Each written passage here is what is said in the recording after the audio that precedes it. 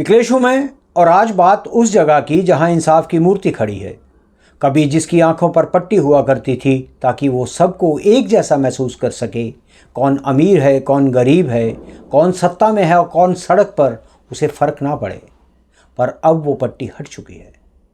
अब वो मूर्ति सिर्फ देखती नहीं है बल्कि पहचानती है कि कौन उसके करीब है और कौन सवाल पूछने की हिम्मत रखता है। कभी कहा गया था कि जस्टिस इज ब्लाइंड, पर आज लगता है कि न्याय अब देखता है पर चुनकर देखता है। कभी उसकी तलवार जो है निष्पक्षता की निशानी थी, पर आज वो तलवार एक तरफ झुकी हुई सी दिखाई देती है, एक झुकी हुई सी लगती है। अदालतों के फैसले अब फाइलों से ज़्यादा फीड्स और हेडलाइंस में ट्रेंड करते हैं और कानून की किताबें अब कमेंट सेक्शन में बहस बन चुकी हैं। और जब कानून बहस बन जाए तो न्याय न्याय नहीं रहता, केवल राय बन जाता है। भारत की धरती पर न्याय की मूर्ति खड़ी थी, अंधी, निष्पक्ष और अडिग। पर जब वही न्याय विदेश की अदालतों में अपने ही देश पर सवाल उठाने लगे तो मूर्ति हिल जाती है।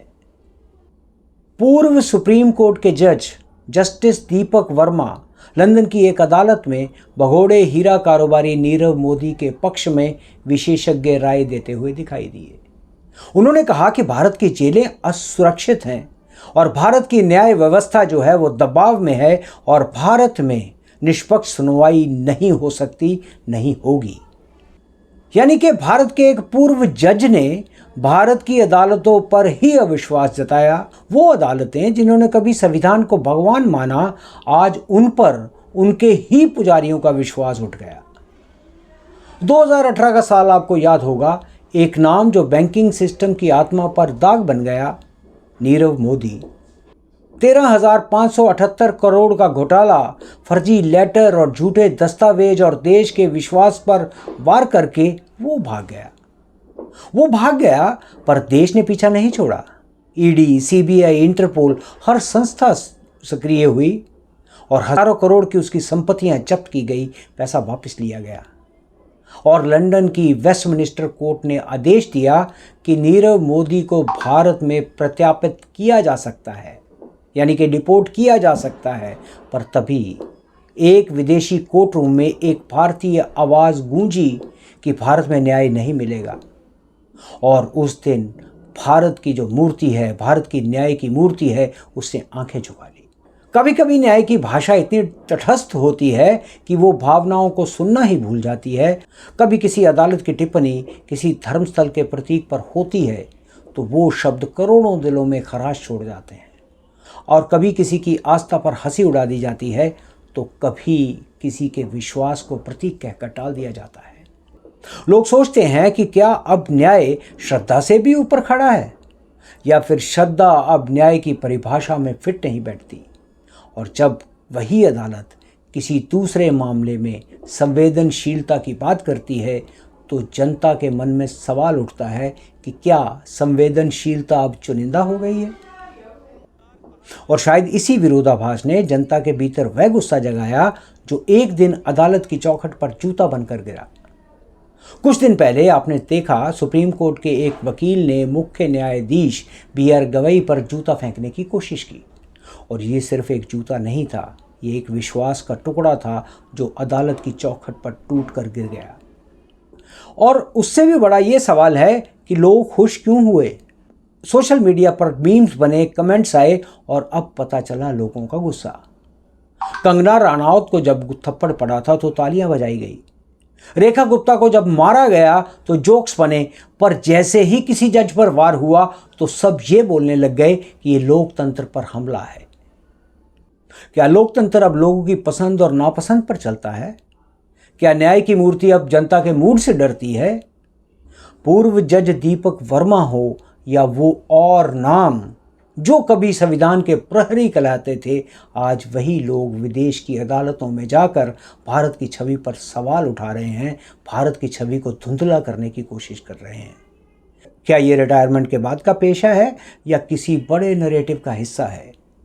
और मौजूदा न्यायपालिका का मौन, क्या ये सिर्फ संयोग है जब हर गलत बयान पर जनता चुप रहती है तो अदालतें बोलने लगती है, और जब अदालतें ज़्यादा बोलने लगती है तो देश सुनना बंद कर देता है। कोर्ट की जो ताकत है गार्ड या गेट्स में नहीं है, भरोसे से आती है। और आज वही भरोसा थरकने लगा है, सरकने लगा है। जब लोग कहते हैं कि फैसले अब निष्पक्ष नहीं रहे, तो वो शिकायत नहीं, निराशा व्यक्त कर रहे होते हैं। जब अदालतें कभी सत्ता की तरफ झुकती हुई दिखाई दें और कभी विरोध की तरफ, तो आम आदमी बैठा हुआ ये सोचता है कि किस दिशा में झुकेगा ये न्याय का पलड़ा। आज अदालतें भी एल्गोरिदम ड्रिवन हेडलाइंस बन गई हैं, और हर फैसला अब कौन जीता कौन हारा में बढ़ गया है। वो न्यायालय कभी संविधान का मंदिर जिसे कहा जाता था, आज किसी की पीआर स्ट्रेटजी लगने लगा है। और इस बीच ये सच्चा न्याय किसी कोने में खड़ा है, खामोश है, लेकिन जिंदा है। और हर दौर पर जब सच को दबाया गया है, वो और ऊंचा उठा है। और आज भी देश में ऐसे न्यायाधीश हैं जो दबाव के आगे नहीं झुकते, ऐसे नागरिक हैं जो संविधान में विश्वास रखते हैं, और ऐसी आवाज़ें हैं जो सच बोलने से नहीं डरती, भले ही जूते क्यों ना खाने पड़े। न्याय की मूर्ति अब भी वही खड़ी है, पर अब उसकी आंखों पर पट्टी नहीं है।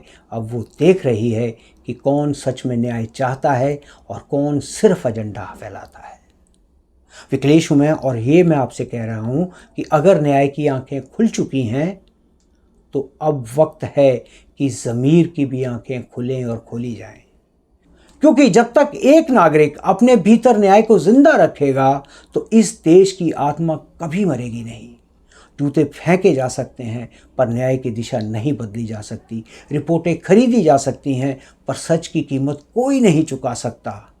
और अगर आपको लगता है कि ये बात सिर्फ एक जज या अदालत की नहीं है, हम सब की बात है, तो इस आवाज़ को अकेला मत छोड़िए। लाइक करें, शेयर करें और सब्सक्राइब करें, क्योंकि जो सच आप तक पहुंचा है वो किसी एल्गोरिदम का नहीं है, एक ज़मीर का फ़र्ज़ है। विकलेश हूँ मैं, और ये लड़ाई सिर्फ शब्दों की नहीं है, ये सच्चाई की लड़ाई है। तो जब तक अगली सच्चाई आपके सामने आती है, आप तब तक स्वस्थ रहें, व्यस्त रहें। जय हिंद, जय भारत।